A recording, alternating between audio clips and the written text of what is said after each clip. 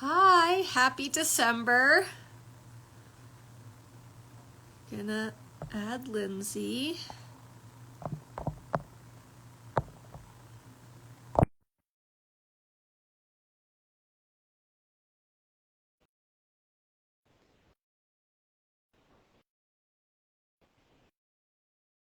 Okay. Hi, Sam. Hi, Lyndsey. Happy December. You as well.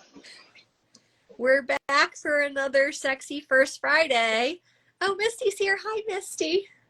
Last I miss. last one of the year, and there's lots of people here. Hey, everybody. Well, I guess we'll quickly reintroduce ourselves in case there's someone new. Oh, my dad's here. Hi. That's funny. So I'm Sam E. Greenberg. I'm a sexuality researcher primarily, but I'm also an Enneagram researcher as well, and I'm a sexuality and Enneagram coach. And I have the tail end of a cold, so that's why I sound a little verklempt. My name is Lyndsey Fraser. I'm a licensed marriage and family therapist, as well as a certified sex therapist, an IA accredited professional out of Minneapolis, Minnesota, where I have a private practice where I do therapy, specializing in relationships and sexuality. Great. So hopefully everyone already knows us, but just in case. So you probably already know that the topic we're doing this month is sexuality, parenting, and the Enneagram. And the reason we're doing that topic, if you don't know by now, is because I'm pregnant and expecting a baby basically any day, but in the next 2 or 3 weeks for sure. So we thought it would be fun. We've never covered this before. We thought it would be fun to talk about, yes, pregnancy, sexuality, and the Enneagram, but also just general parenting. This is something that really affects sexuality, parenting, and pregnancy, postpartum. This all really affects sexuality, so it's really relevant to anyone who is in those life stages. And this is obviously our last Sexy First Friday of the year, and for the first two sexy First Fridays of next year, I'll be on maternity leave, so you can be expecting Lyndsey with some special guests. So I guess let's dive in. We're going to go in gestational order of topic. So we thought we'd talk about pregnancy first and then get into postpartum and just general parenting, child rearing. So I'll start out talking about pregnancy. Some general info on sexuality and pregnancy that people probably already know, but just to cover the basics, we have extremely notable hormonal shifts happening throughout pregnancy from the very beginning to the very end with different effects. So, in the first trimester where people talk about being sick and stuff, that's a certain flood of hormones. The second trimester, different ones. The third trimester, different ones. Towards the end of pregnancy, different ones. I'm not an endocrinologist, but I know that the sort of chemistry changes throughout. And this affects sex drive enormously. We know that hormones and sexuality are really inextricably linked in a lot of ways. Then we also have the shifting body, which for people can cause, more or less barriers to wanting to have sex. So that's all the general info before we even bring in the Enneagram. I forgot to say at the beginning, I didn't include in my research study whether or not people were parents. And I definitely should have included that as a demographic because this is something people report as, really affects their sexuality, like I said. So we're basing this mostly on, Lyndsey's clinical work, my coaching work, and observation rather than research. There isn't really research on this yet. That's the disclaimer. I forgot the disclaimer. But as we bring in the Enneagram with pregnancy, the main thing that comes to mind for me is about instinct. So, as you all know, we have the sexual instinct, the social instinct, the self-preservation instinct. these three dominant instincts are gonna handle pregnancy and sexuality all three different ways. Specifically with the sexual dominant, we have talked before about how sexual dominants are much more likely to push through context to have sex or be sexual. Meaning, while all three dominant instincts may be experiencing sexual desire, the sexual dominant's the most likely to go, okay, well, I'm pregnant, I'm feeling sick, bloated, annoyed, irritated, but you know what? I'm going to have sex anyway because it's so important to my identity. Whereas the self-preservation dominant is the most likely to be like, yeah, I do feel desire and I'm not about pushing through the fact that I don't feel well and I don't feel like myself in order to have sex. Like, I'm just going to skip it. They would be more likely. These are obviously general stereotypes. Self-preservation dominant would be more likely to kind of skip it. And then the social dominant is going to be much more likely to follow the partner's lead, or based on how they think the health of their relationship is doing.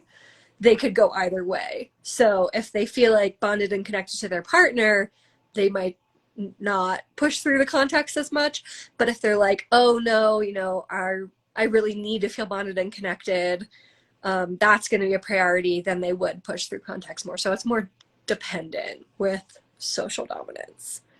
What do you have to add, Lyndsey, on this? What just came to mind to me, which isn't necessarily around Enneagram type, but just like how the body shifts and changes. So like what I do see is that, and this could be for multiple different types, but like when you're like already have body image concerns and issues, that pregnancy can actually be really hard for women, and they may, because it may not be about desire. Again, I think one of the really good things to kind of keep in mind too is that sometimes these contexts that we're talking about actually affect people's ability to sort of move into sexuality. And so I have found that for women that maybe have more body issues in general, or they didn't and now they do because the body's shifting and changing, and they may not be as comfortable with sort of how the body looks or feels, and may not be as interested in sexual intimacy for some of those types of reasons. And I think it's good just to kind of pay attention. I've also seen people that have had maybe eating disorder issues and concerns as well, like struggling with like how to eat and those types of things. So I think it's just kind of, again, there's just so many contexts that go into pregnancies, even outside of Enneagram stuff, that I think are going to affect sexuality and body image as well.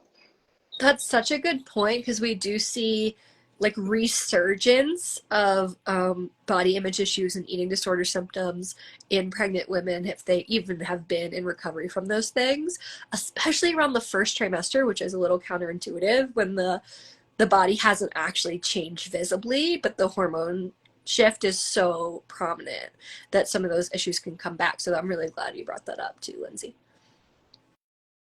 So we want to talk about what happens after that, which is obviously we have labor and delivery, but then we have the whole slew of postpartum sexuality issues. So Lyndsey, you want to talk about that? Yeah, I'll talk about labor and delivery a little bit first. And again, this is going to be more around sort of how the birthing experience was. And so sometimes, depending on, people have more traumatic births, so they have normal births or whatever. But I think in general, whether it's traumatic or not, especially if it's a first child, like birthing is a really hard process. And so there can be sometimes just even that layer of like birthing trauma on top of other issues or concerns that can kind of affect sexuality. And like, even if we think about, for some women, like after labor and delivery, and, usually you're supposed to wait the 6 to 8 weeks, depending on the person, before you can even have sexual intimacy. But sometimes sex feels different. sometimes there's pain. If we've had episiotomies and we've had to have stitches and things like that, there's maybe fear of pain that was never there before. And so I think that there's some of those kinds of factors that can kind of go into play that I would say would not necessarily influence type. It would just really be like, what was that birthing experience like for you? And all of them are really different, right? Or like even just the grief of things not going the way that you wanted it to. So I do see, I mean, in this one in particular, sometimes I do see your planners, like your 6s and maybe your 1s, like anticipation or expecting like kind of like what the birthing process would be like, and then it not necessarily go that way, and then they struggle a little bit with that, and then can have some of those kind of like depression or anxiety symptoms with that as well. But when we were talking, like, is there any particular type that's going to experience more postpartum anxiety or depressive symptoms? It really is kind of across the board. I mean, I do see a little bit more. My Enneagram 6s have maybe a little bit more postpartum anxiety, but that's the only one that I could say. Otherwise, I've seen it in every type that comes in.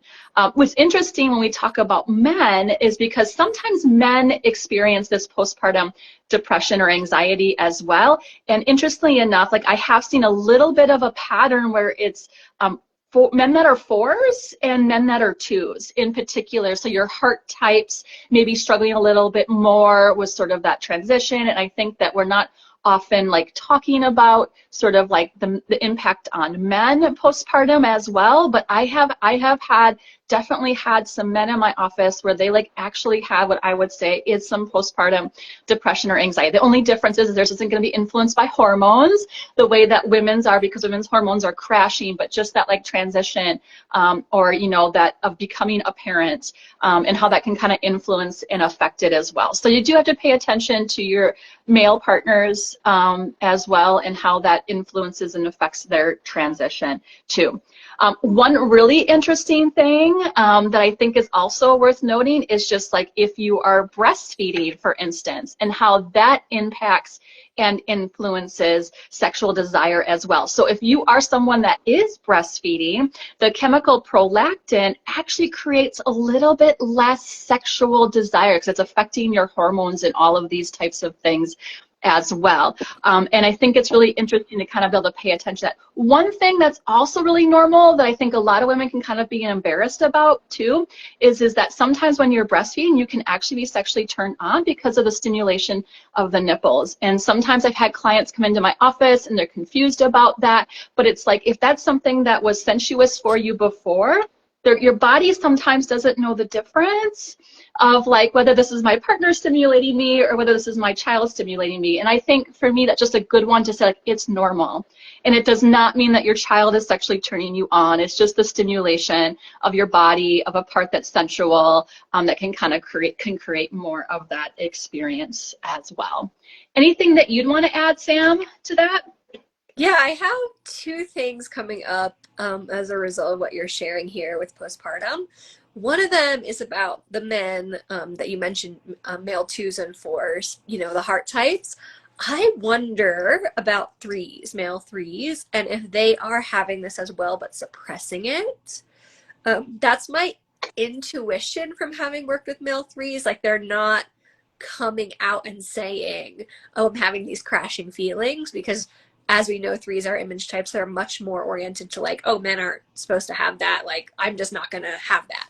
But I bet that they are also feeling that. And we have heart types. We know all 3, 2s, 3s, and 4s are really empathetic, deeply empathetic. You know, a lot of the types are, but emotionally empathetic. So as their partner's going through these emotional ups and downs, they are as well. And then, you know, with 4s, you'd probably add a layer of like, you know, their own kind of indulgent inner world is going through a lot of shifts, so they're going to have a lot of emotions up and down.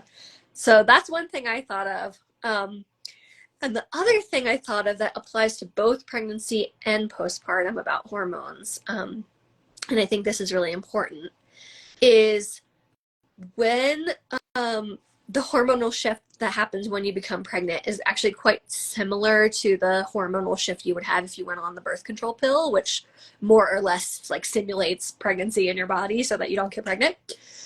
And what people find is that they're attracted to different types of people when they're on birth control versus not, and when they're pregnant versus not. So one thing that can happen is, especially if you were not on hormonal birth control before you became pregnant, you're attracted to your partner in more of this like evolutionary diverse gene pool kind of way of like chemistry and difference is attractive.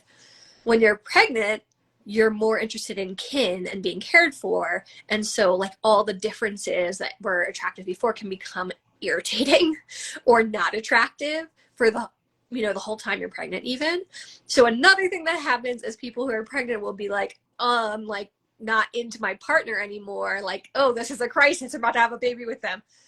Like, don't panic if that's you. Essentially, evolution is smart, and it was encouraging pregnant people to surround themselves with kin who could keep them safe. And when you're breastfeeding, the prolactin, etc., same kind of thing. It's more about like bonding with the baby, etc. But eventually this is going to even back out, and like your attraction to your partner will come back around. So I have seen a lot of people worry about that. Why am I like so turned off by my partner right now? And it is normal. Conversely, it's also normal to be super extra attracted to them. And especially we can see spikes in sexual desire around the second trimester, even into the early third. That would be the most common timing for it. So anything that's going on with your sex drive that feels wild and weird, like, is pretty much normal, both throughout pregnancy and postpartum. And you don't stress about it. If it's causing you distress, of course you can seek some support, but it's mostly all normal. Yes, such a great point that you made there as well. Just our hormones really significantly affect like how our attraction works and desire too, and whether we like it or not. And we all know this about puberty, like in retrospect. So if you're, pregnancy, postpartum, into like menopause, these things are, almost like puberty in terms of the amount and quickness of the hormonal shifts. So give yourself some grace, just like you would, looking at your young self as you started to have your hormonal shifts at puberty. So do we want to move into just general parenting, child rearing stuff? Yeah, let's move into that. Should I start with like talking about the withdrawal types? Yeah. Sure, that's great. Yeah, so one of the things I mean, obviously children and childhood, like there's a lot of information there, but one of the things that I have noticed in particular is that your withdrawal types, which are your 4, 5, and 9, are maybe going to struggle a little bit more with like the noise and the chaos that can kind of come with having children. Now, all three will be for different reasons, but I think it's just really good to kind of like notice, like if you have a partner that is a 4 or 5 or 9, and of course other types can definitely be affected by this as well, but they're going to struggle a little bit more with sort of the chaos or the noise or the things that kind of come with parenting as well. And then that's also going to influence sexuality, of course, because then it's if I'm stressed, and stress is one of those contexts, and it's harder to move into sexuality when I'm already being kind of affected by the environment. Yeah, for sure. And kind of similarly with instinct again, we have our self-preservation dominants again are going to be more affected by context regardless of their type. So the 3 types that I usually talk about as being higher desire, they report that they have higher desire, and then the other types is 4, 7, and 8. And these folks would be, pushing through the context more, even though, 4s are going to be affected more by the noise, etc. They tend to be a higher desire type where, sexuality is really important to them. However, when we get self-preservation of these, self-preservation 4, self-preservation 7s, they actually do tend to shut down a little bit more around sex with parenting, because it's like, yeah, I'm into it, but I'm just taking care of this toddler all the time. I'm exhausted. Like, no, I don't really want to actualize my desire because I'm protecting my energy, and my energy is going to parenting.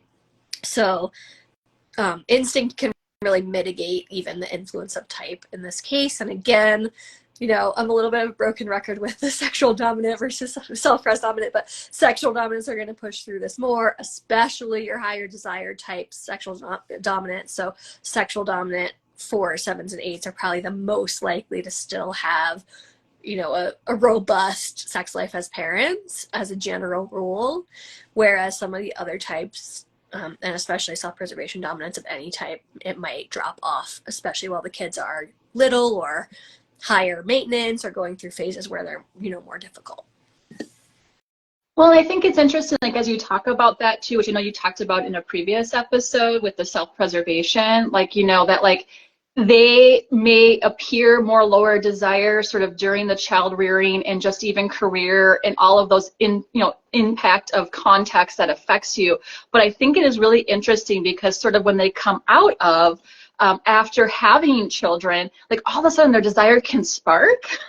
And sometimes, it's, and I think it's really interesting. Like one of the things that I've noticed, like I still think it's self-preservation sexuality, even though sometimes people might confuse it, like, oh, I'm more in touch with my sexual instinct, right? And I'm like, actually, I think it's still self-preservation. It's just now you have less context. And so you can move into that desire that has really been there for you. And so I think it's really interesting too, is that you might find with your self-preservation partner is that when they then sort of like, maybe they're empty nesters and all of a sudden there's like a spike in like huge desire and want for more sexual activity, and it can be like confusing because like you seem so uninterested or you weren't, as interested. And again, I think that's when we come back to desire, right? It's not a desire issue. It's a context issue for self-preservers in particular. And so there's just so many more contexts in life, like when you're in the middle of child rearing, that I think it's just so essential to remember. That's such a good point. And it's funny because partners of different dominant instincts, they can feel like really bait and switch when the self-preservation dominant has a lot of desire, is actualizing a lot of desire, like say at the beginning of a relationship, and then that drops off. And then the partner's like, where did it go? But then it like suddenly comes back. They feel bait and switched again, maybe in a good way, where they're like, well, I got used to you not, wanting to actualize desire so much over many years. And now suddenly you really want to, like, what's going on? And that's just kind of the way that self-preservation dominants work. So there's definitely nothing wrong with you. Nothing wrong with you. Nope. Thank you for sharing that, by the way, too. And yeah, we appreciate it. And something Lyndsey talks about a lot is that the sexual narrative that we have in our culture is mostly a sexual dominant narrative. So if you aren't a sexual dominant, you're going to be more likely to be like, my sexuality is wrong in some way, because all the imagery I'm seeing, songs, poems, movies, like that's all more of like a sexual dominant way of looking at sexuality, which is, only 1/3 of people as far as we know. So sorry that if you spent any time thinking something was wrong with you. Well, and I think that we also want to like just to briefly, it's already getting close to the end, but I know that we wanted to briefly just like to go more into type. We were going to talk a little bit about both of our experiences with parenting. So some of you know this, some of you do not, but I am a mother of 2 children. I have a son who is 8 and a daughter that is 6. And so I've had some personal experience of sort of like what that process of being a parent is, being a 9, and I'm a social 9, for those of you that maybe haven't watched before or are curious about that. But one of the things that's been really hard for me around parenting is like when you want that like calmness of the environment around you, that's kind of the exact opposite of what having children is, right? Because there is constant chaos, there is constant noise, there's all these sort of things in your environment constantly disrupting that calmness and sort of peace that you're wanting, right? And then there's conflict, kids get frustrated and angry with you, and that managing of sort of that like kind of wanting to things to be more serene sort of in the environment. One of the things that I've noticed with Enneagram 9s in particular is that there can be a little bit more of these anger outbursts during child rearing and parenting that maybe you never saw from your partner before. You can ask my husband, he would happily tell you that they're there. But I've also seen it with other nines in my office and their partners being confused because you used to be so easygoing, and then all of a sudden it's like they can't sort of, like they have more of these little anger outbursts or frustration, and not be having the ability to maybe manage them the way that they once did. One of the things that I give like nines in particular that is huge is like being able to have your autonomy of claiming your peace. So making time and space to re-energize, to have quiet. So like one of the things that I, even today when I'm home with my kids, is that I started implementing pretty early on is mom needs rest time. I need an hour of sort of quiet in my room where sometimes maybe I nap, sometimes, you know, and yes, I am using Showtime during that time to sort of be able to meet that need that I have. But I think it's so essential because I think nines are so accommodating and sometimes we don't take care of ourselves. Well, I think a lot of us as moms and parents don't take care of ourselves the ways that we should to fulfill. But for me, what I notice is when I take this time, this hour of time, like I am much calmer, I'm a much better parent, I can navigate, I can be more connected and close and like be the parent that I want. And so that's one thing in particular that I really have noticed with nines and parenting. Why don't you share a little bit about like fives and parenting? Okay. Yeah, it's really similar actually. You know, I'm a mom of two as well, with the third one on the way. And my kids are very young, 4 and 2. So with five, it's quite similar to what Lyndsey said, but I feel that it's less about the environment being disrupted and more about my private internal world experience being disrupted. As we know, fives retreat to the head, retreat to the internal world for peace. And if someone is like poking you, saying, Mom, while you're trying to do that, I can't function. And so it's interesting, like fives and nines are kind of considered like two of the most easygoing types, although fives can be a little contrary and stuff, but you know, we're not famously outbursting or angry. And same with fives, is you get some anger and you get some kind of meltdown type of feelings because you can't go to your only place that feels safe, which is your internal world. So this is an open question for me. I don't feel that I've mastered this at all, but similar to what Lyndsey said, it's like, would you rather have a little bit of time meeting your needs or be like freaking out and yelling at your kids? It's probably better for them to have a little screen time or whatever, so you get that time if that's what it takes. But I'm still working on this and it's really quite difficult. Well, I think you bring up a good point. Like, I think, like, so like just talking about parenting and children, it's like one of the things that I will say about myself, and I also tell clients, is it is the most challenging thing that I have ever done in my life, but it is also one of the most joyful things that I have done in my life. And when you have this dichotomy of the most challenging and the joyful, it can be really complex. And I think that it's okay to own that both of these things exist at one point in time. And I think that, you know, parenting is hard, but it is also so exciting and joyful and happy, and like just the way that I have had to grow as a parent, and just the ability to watch like two little people becoming their own people has been really rewarding, but it is so hard. And I think that we just have to say and own that. And I'm sure, like, as many of you know, but like everybody is always telling you how you should be doing this well. And what I'm going to say is there is no right way to do this well. You need to figure out what works best for you and your family, and how, like, so like what we need to do. An 8 may not need to take an hour and rest. They actually, most of them don't. And yet we can, so recognizing that like what you need and what someone else needs is going to be really different in your life, and really recognizing that as well. Right. And for an 8, it might be more about like temper management generally, or like, you know, you can't control what they're doing. You can't have it a certain way. It's not that your way is actually the best, which is, this comes up for 8s as well in relationship. But this idea that, you know, it's not so much like ones with there is a best way. It's more like my way is the best way.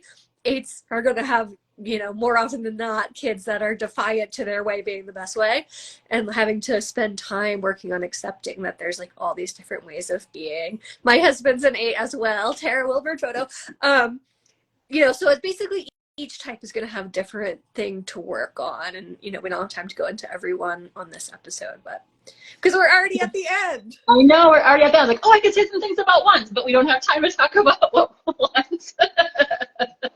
Next time, maybe we'll have to do a second episode on parenting children at some point. Well, thanks to everyone for being here. So obviously this is our last episode of this year, and then we're gonna, I think I already mentioned, have some special guests for January and February with Lyndsey while I'm on maternity leave. You can always send in requests, topic ideas, etc. We take those really seriously, and we've done a bunch of submission topics already. And I guess just wish everyone a happy new year, and thanks for being here. Yeah, I was going to say, we already know who's coming for January. It is another therapist here in Minneapolis who specializes in relationships in the Enneagram. Her name is Rachel Larson. So we're going to talk a little bit about how having a therapist or a couples therapist that knows the Enneagram and how that can be helpful, and a little bit about relationships in the Enneagram as well. So we're really excited to have her coming in, and then we'll let you know who will be in for. I'm going to miss you, though. I know. It's going to be so weird not to have you. I'll watch you guys unless I'm sleeping. That sounds great. So we're excited to have a special guest the next 2 months as well. And then Sam will be back in, I think you're going to be back in March. Maybe if not in March, she'll be back in April. Yeah. Okay. Bye, everybody. Thanks for being here. Bye. Bye. Thank you. Bye.